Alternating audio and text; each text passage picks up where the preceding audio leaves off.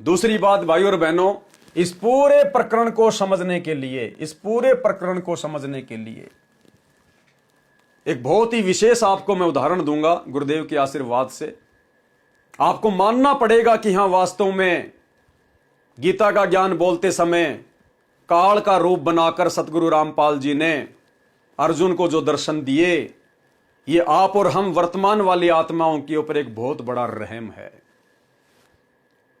और काल क्यों अपना विराट रूप दिखाएगा, काल क्यों अर्जुन को अपना अविनाशी विधान तोड़कर, अपना अटल नियम तोड़कर अपने काल रूप के दर्शन कराएगा, और क्यों वो काल वो गहरी गहरी बातें सतलोक के विषय में, पूर्ण परमात्मा के विषय में गीता का ज्ञान देते समय अर्जुन को बताएगा। क्यों बताएगा भाई, वो पागल है क्या? अरे विचार करो, हमें गुरुदेव भगवान ने क्या बताया कि परमात्मा ने सृष्टि रचना के साथ इस ब्रह्म को, इस काल को 5 वेद दिए थे। 5 वेद, जिन 5 वेदों में धर्म कर्म की, सतलोक में वापस जाने की क्या विधि है, ये काल कहां तक का भगवान है, पूर्ण परमात्मा कौन है, कहां रहता है, कैसे प्राप्त किया जाता है, और पूरी सृष्टि रचना गुरुदेव ने लिखकर इस काल को दी थी 5 वेदों के रूप में।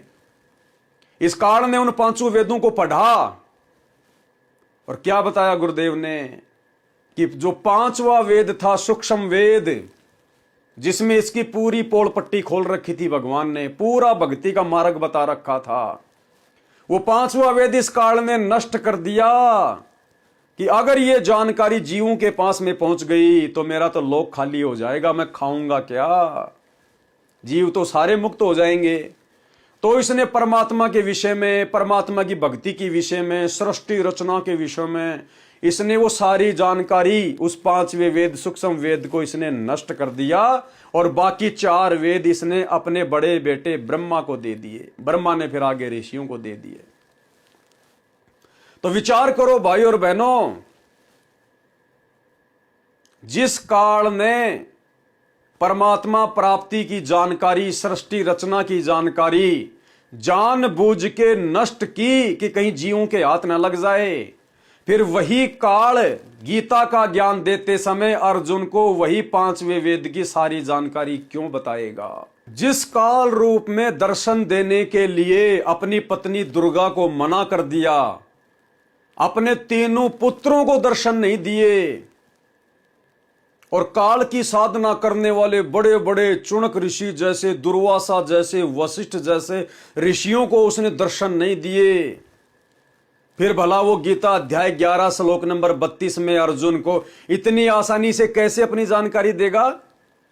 जिस जानकारी को उसने नष्ट कर दिया था, सूक्ष्म वेद में लिखी जानकारी को नष्ट कर दिया, भला वही सारी जानकारी फिर गीता जी का ज्ञान देते समय वो काल इतनी आसानी से कैसे बताएगा कि अर्जुन मैं काल हूं, सबको खाने आया हूं, अभी अभी प्रकट हुआ हूं? वो क्यों कहेगा कि मेरी प्राप्ति का एक ओम मंत्र है? वो क्यों कहेगा कि मैं तो ब्रह्मलोक में रहता हूं, और जो मेरी भक्ति करेगा, जो मेरी साधना करेगा, वो मेरे ब्रह्मलोक में जाने के बाद फिर वापस 84 लाख योनियों में आएगा? कौन कहेगा और क्यों कहेगा वो काल? अरे क्या कभी चोर कभी अपने आप को चोर कहेगा? चोर यदि कहीं चोरी करने जा रहा है तो वो क्या ये कहेगा कि मैं चोर हूं, मैं चोरी करने आया हूं और मैं चोरी करके लेके जाऊंगा? कभी नहीं कहेगा। जिस सूक्ष्म वेद को उसने नष्ट कर दिया कि यहां किसी भी प्राणी को परमात्मा के विषय में, सतलोक के विषय में, सृष्टि रचना के विषय में जरा भी जानकारी ना हो जाए, फिर वही काल गीता अध्याय 18 श्लोक 62 में इतनी आसानी से अर्जुन को क्यों बताएगा कि अर्जुन अगर तुझे सनातन परम धाम की प्राप्ति करनी है, जहां जाने के बाद प्राणी फिर जन्म मृत्यु में नहीं आता, तो तू किसी तत्वदर्शी संत की खोज कर ले।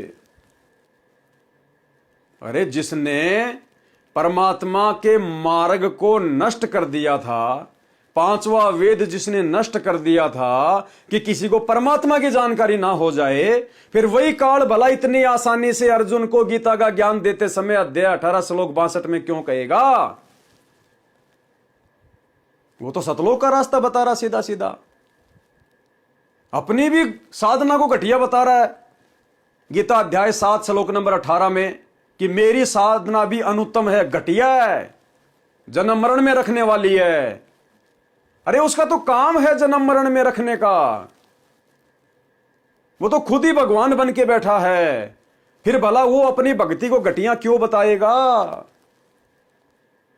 क्यों अर्जुन को जन्म मरण से बाहर निकलने का रास्ता बताएगा? और क्यों कहेगा कि अगर तुझे सतलोक जाना है, परम धाम में जाना है, तो किसी तत्वदर्शी संत की खोज कर ले।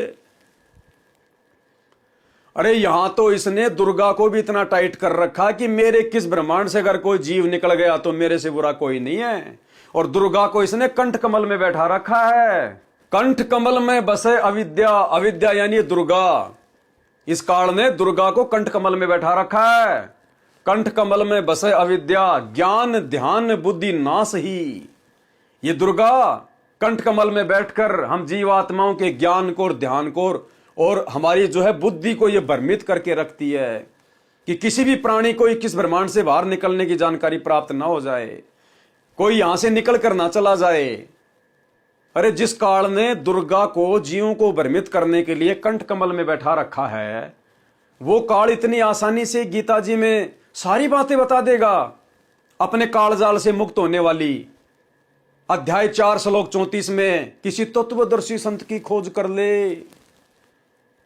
अर्जुन को सतलोक जाने का मार्ग बता रहा है, जन्म मरण से छूटने का, कि अर्जुन तू किसी तत्वदर्शी संत की शरण में जा, भली भांति उसको दंडोत प्रणाम कर, सरलता पूर्वक व्यवहार कर, फिर वो तत्वदर्शी संत, वो ज्ञानी महात्मा तुझे तत्व ज्ञान का उपदेश करेंगे।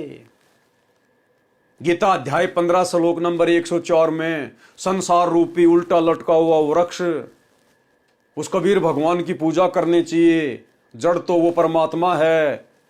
ये सारी जानकारी क्यों देगा वो काल?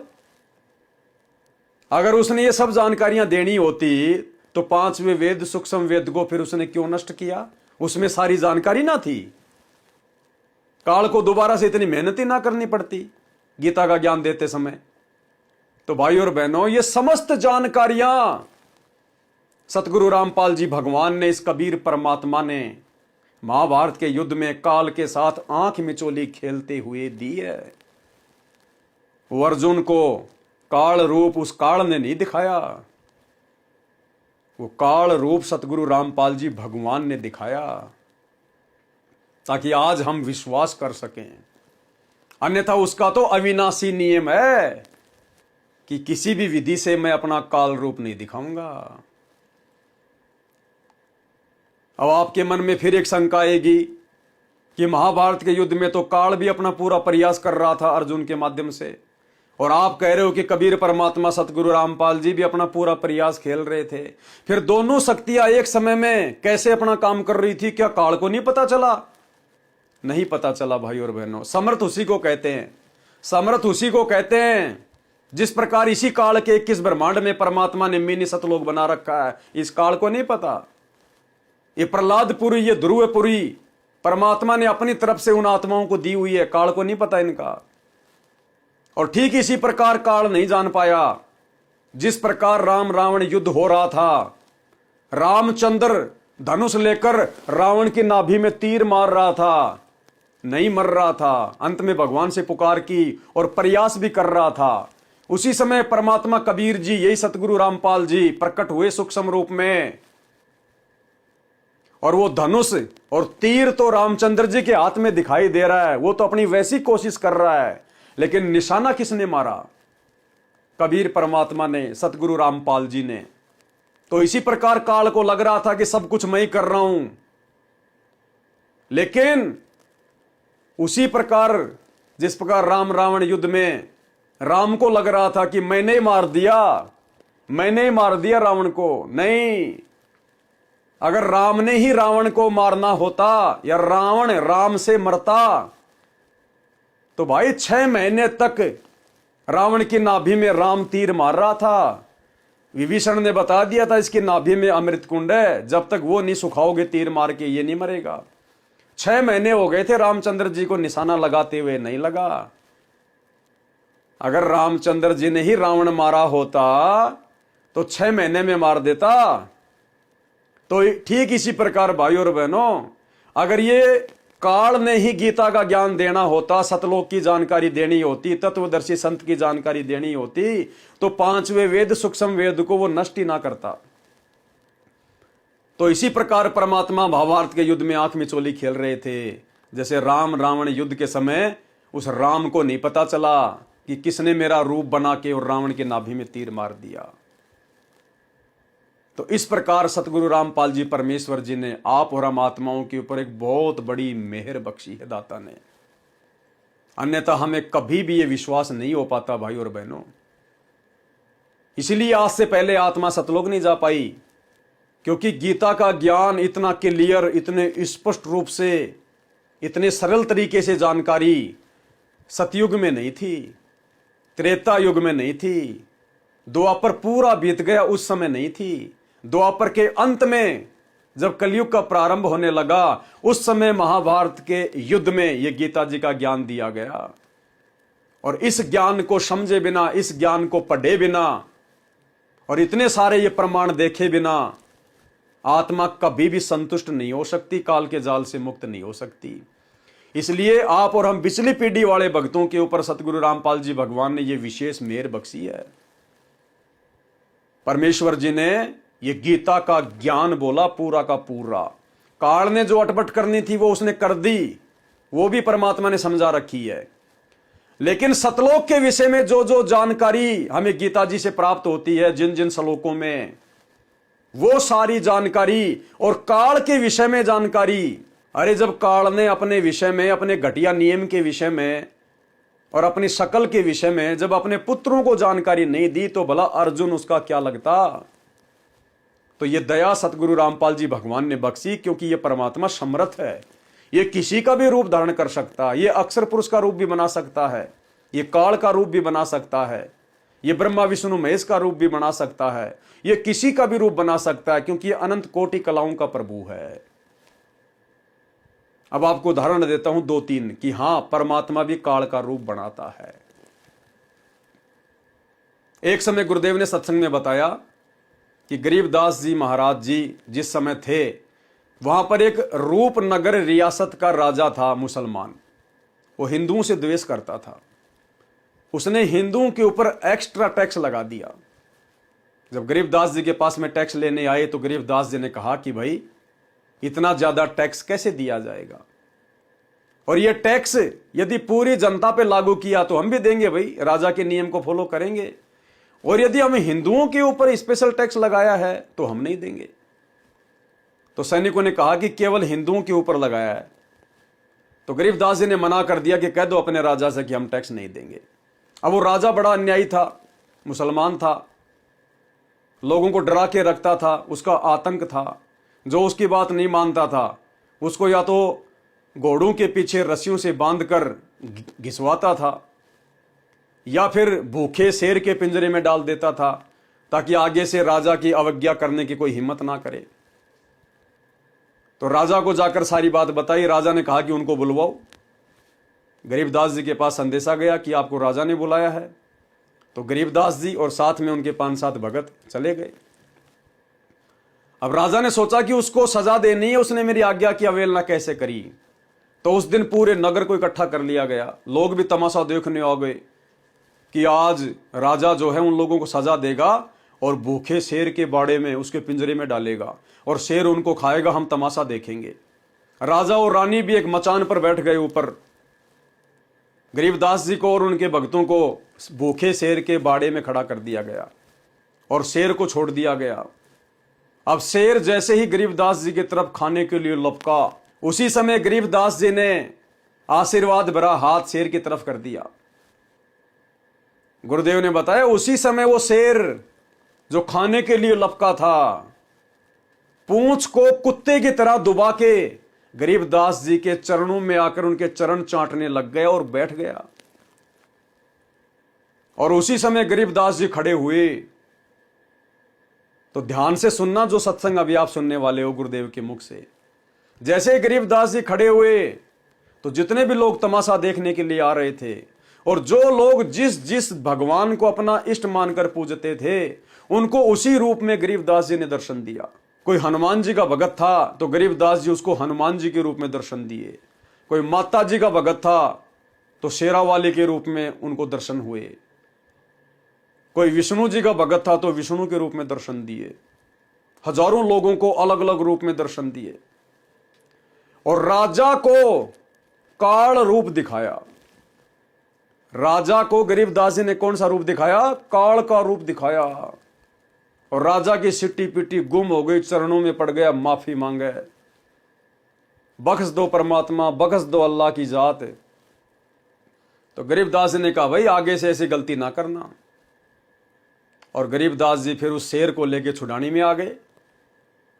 15-20 दिन तक वो शेर छुड़ानी में रहा और गरीबदास जी के साथ में गायों को चराने के लिए जाया करता था, लेकिन किसी को भी उसने खाया नहीं। और 20-25 दिन के बाद परमात्मा ने बताया कि गरीबदास जी ने शेर को छोड़ दिया। वो गांव के बाहर जंगल में चला गया और वहां पे उसने शरीर छोड़ दिया। तो अब आप ये सत्संग सुनिए 2-3 मिनट का। जब गरीबदास जी खड़े हुए तो अन्य सभी लोगों को उनके इष्ट रूप में दर्शन दिए और उस मुसलमान राजा को काल के रूप में दर्शन दिए। किसके रूप में? काल के रूप में। कौन थे गरीबदास जी? खुद कबीर भगवान थे, सतगुरु रामपाल जी थे। तो बस इस पॉइंट को ध्यान रखना कि गरीबदास जी ने उस मुसलमान राजा को, उस नवाब को काल के रूप में दर्शन दिए। यानी परमात्मा काल का रूप भी बना सकता है, किसी को संदेह ना हो। जिस प्रकार महाभारत के युद्ध में अर्जुन को काल के रूप में दर्शन दिए। सुनिए सत्संग। एक समय की बात है, गरीबदास जी महाराज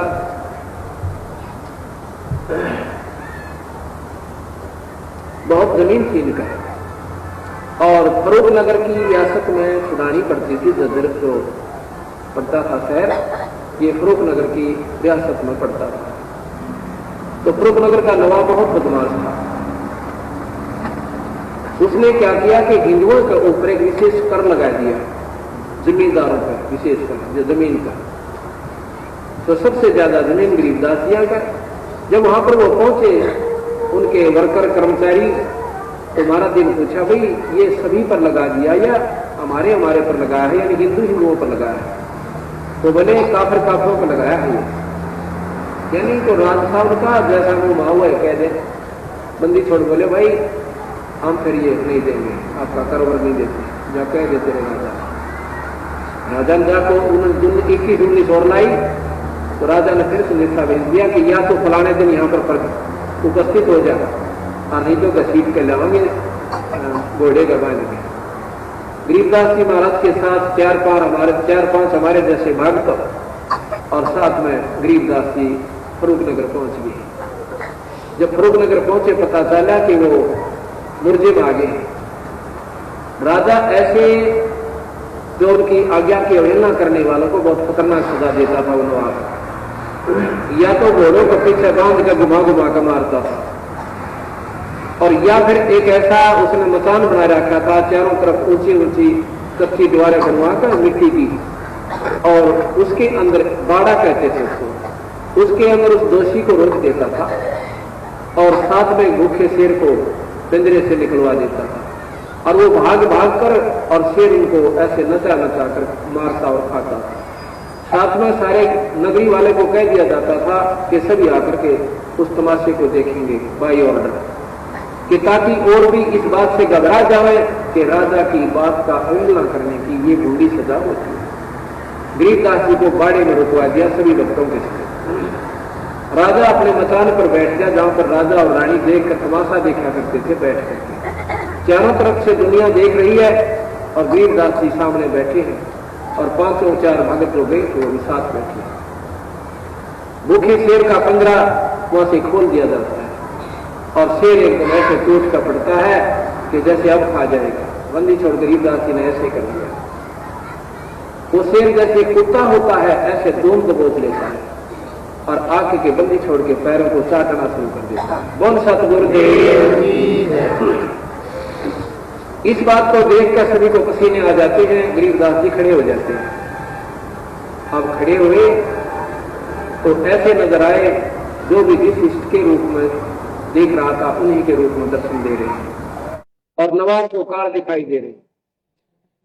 नवाब ने वहीं से हाथ जोड़ दिया, महाराज जी मुझे बख्श दो, और नवाब को कार दिखाई दे रही। नवाब ने वहीं से हाथ जोड़ दिया, महाराज जी मुझे बख्श दो, और नवाब को कार दिखाई दे रही। नवाब ने वहीं से हाथ जोड़ दिया, महाराज जी मुझे बख्श दो। बंदी छोड़ बोले नीचे आ गया। नीचे आ गया, दंडों प्रणाम करे, खाड़ी कर लिए, पैर पकड़ के छोटे को लिया। कहने लगा तुम अल्लाह की जात हो, तुम खुदा हो, मुझे रब बख्श दो मालिक, मेरे से गलती होगी। कहने लगा मेरी बात सुनते ध्यान से, क्या कि ये कर किसी पर नहीं होना चाहिए, या तो राजा समदृष्टि होना चाहिए, आपकी जरूरत है, आपके ऊपर आश्रित व्यापारी सब कपाल बच्चे हैं, या तो सम्मान कर रहे हैं। और नहीं तो भाई इतना खतरनाक कर इस समय में कोई भी फूक है। फिर कह दिया कि जी में दशा तेरे राज में नहीं होगी, अब बचती नहीं।